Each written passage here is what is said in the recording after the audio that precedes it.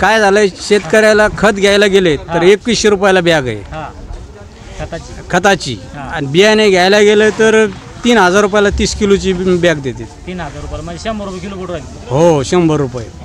मग हे असं जर हिशोब केलं, पेरणी केली, फवारणी, सगळे मशागतीचा जर हिशोब लावला तर शेतकऱ्याला सोयाबीन पुरत नाही. दिवाळीला जर शेतकरी बांधवाची गोड केली असती तर खूप आनंद झाला असता. आता आपण म्हणले होते की बाबा 50,000 रुपये हेक्टरी देऊ, हे देऊ, तर 50,000 सोडा, तुम्ही कमीत कमी जे सोयाबीन विकलं 5450 5350 सरकारचा भाव आहे. अद्याप खरेदी केंद्र चालू केलेलं नाही सरकारनं. मग मला सांगा, सरकारला माझा एक संतप्त सवाल आहे शेतकरी बांधवाच्या वतीनं, की तुम्ही का शेतकऱ्याचा माल विकल्यानंतर खरेदी केंद्र चालू करणार का? कारण म्हणजे जे माल व्यापारी साठवून सुद्धा का त्यांचे तुम्ही घरं बांधणार का? मग याचा अर्थ सरळ तुमची आणि व्यापारीची सांगड आहे, असं सरळ शेतकरी बांधवाला दिसतं आहे.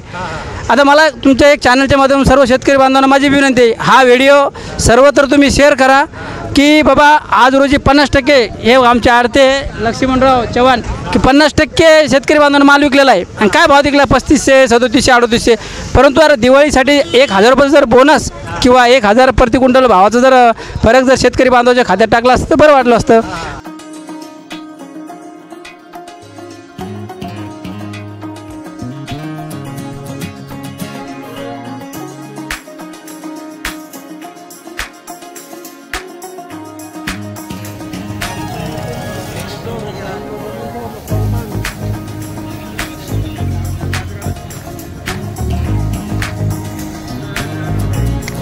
बघू शकता तुम्ही, आज आपण याला जालना बाजार समितीला. या ठिकाणी जिकडं तिकडं आपला सोयाबीनच्या थप्प्या दिसत आहे. या ठिकाणी सोयाबीन विकलेली आहे, काटा करणं चालू आहे. बाजूला आहे आपल्यासोबत आडत दुकानदार व काही शेतकरी वर्ग. या ठिकाणी शेतकरी बांधव बी आहे.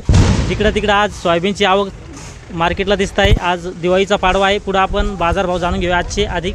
या ठिकाणी आपल्यासोबत आहे आडत दुकानदार. दादा, पहिला आपलं संपूर्ण परिचय द्या. माझं नाव अशोक पाटील पाचफुले, श्री नाथबाबा ट्रेडर्स, नविदा ट्रेडिंग व वैष्णवमाता ट्रेडिंग कंपनी जालना. सर्वप्रथम आमच्या सर्व शेतकरी बांधवांना दिवाळी व नवीन वर्ष पाडवा, मराठी पाडव्याच्या खूप मनापासून खूप खूप शुभेच्छा. आज रोजी पाडवा असल्यामुळे मुहूर्तमध्ये या ठिकाणी आज मार्केट जरी बंद असलं, समजा बँका वगैरे बंद आहे, परंतु पाडव्याच्या मुहूर्तावरती आज काही व्यापाऱ्यांनी या ठिकाणी आज माल खरेदी केलेला आहे. तर 10 मावचरला या ठिकाणी आज 4150चा दर मिळालेला आहे. आणि खालीमध्ये 12पर्यंत बी एक आहेच, एक नंबरच समजा 4150 4150. 2 दिवसाच्या भावापूर्वी आज मुहूर्तमुळे 50 रुपयाचा फरक पडलेला आहे. 50चा फरक पडलेला आहे. परंतु आजही शेतकरी वर्गामध्ये नाराजी आहे की एवढा मोठा आज पवित्र दिवाळी झाली आपली, बरोबर आहे, दिवाळी आणि पाडवा झाला. तर शेतकरी बांधवाला आशा होती की बाबा सरकार, राज्य सरकार आणि केंद्र सरकार काहीतरी दिवाळीनिमित्त जे ओला दुष्काळ जाहीर करणार होते, पाऊस खूप मोठ्या प्रमाणात झाला, ते बोनस वगैरे येईल, मी नुकसान भरपाई घेईल, परंतु कोणत्याही प्रकारची नुकसान भरपाई या ठिकाणी अद्याप शेतकरी बांधवांच्या खात्यामध्ये आलेली नाही. तर माझी परत एकदा या राज्याचे मुख्यमंत्री देवेंद्रजी फडणवीस साहेब, दोन्ही उपमुख्यमंत्री अजितदादा व शिंदे साहेब या सर्व मंत्रिमंडळाला माझी विनंती आहे की बाबा लवकरात लवकर, आता दिवाळी तर झाली, जर दिवाळीला जर शेतकरी बांधवाची गोड केली असती तर खूप आनंद झाला असता. आता आपण म्हणले होते की बाबा 50,000 रुपये हेक्टरी देऊ, हे देऊ, तर 50,000 सोडा, तुम्ही कमीत कमी जे सोयाबीन विकलं 5450 5350 सरकारचा भाव आहे. अद्याप खरेदी केंद्र चालू केलेलं नाही सरकारनं. मग मला सांगा, सरकारला माझा एक संतप्त सवाल आहे शेतकरी बांधवाच्या वतीनं, की तुम्ही का शेतकऱ्याचा माल विकल्यानंतर खरेदी केंद्र चालू करणार का? कारण म्हणजे जे माल व्यापारी साठवून सुद्धा का त्यांचे तुम्ही घरं बांधणार का? मग याचा अर्थ सरळ तुमची आणि व्यापारीची सांगड आहे, असं सरळ शेतकरी बांधवाला दिसतं आहे. आता मला तुमच्या एक चॅनलच्या माध्यमातून सर्व शेतकरी बांधवांना माझी विनंती आहे, हा व्हिडिओ सर्वत्र तुम्ही शेअर करा की बाबा आज रोजी 50% हे आमचे आडते लक्ष्मणराव चव्हाण की 50% शेतकरी बांधवांना माल विकलेला आहे. आणि काय भाव विकला? 3500 3700 3800. परंतु अरे दिवाळीसाठी 1000 रुपयाचा जर बोनस किंवा 1000 प्रति क्विंटल भावाचा जर फरक जर शेतकरी बांधवाच्या खात्यात टाकला असतं तर बरं वाटलं असतं. परंतु अद्यापही शेतकरी बांधवाच्या खात्यामध्ये कोणतीही या ठिकाणी रक्कम राज्य सरकारनं दिलेली नाही, आलेली नाही. तर माझी परत एकदा विनंती आहे, आम्हाला कोणत्या राजकीय विषयी पहिल्यापासून सांगतो बोलायचं नाही, काही नाही, फक्त शेतकरी आज अडचणीत आहे, त्यांच्या पाठीशी खंबीरपणे उभं राहणं हे सरकारचं काम आहे, केंद्र सरकारचं पण राज्य सरकारचं पण. आता बघा, केंद्रात भीती आहे, राज्यात भीती आहे, मग आडलं कुठं?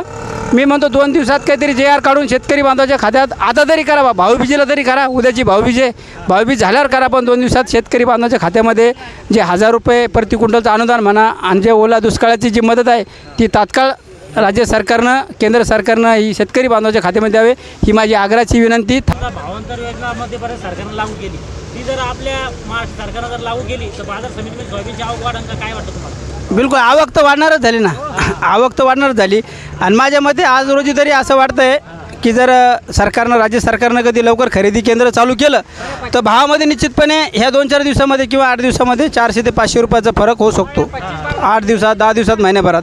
पण हे खरेदी केंद्र लवकरात लवकर चालू करायला पाहिजे. म्हणजे हमी केंद्र आहे ते बी लवकर चालू करायला पाहिजे. लवकर चालू करायला पाहिजे. ते चालू करायचं असेल तर त्यांना आपलं अवांतर फरक द्यायला पाहिजे. कमीत कमी 1000 रुपये क्विंटल.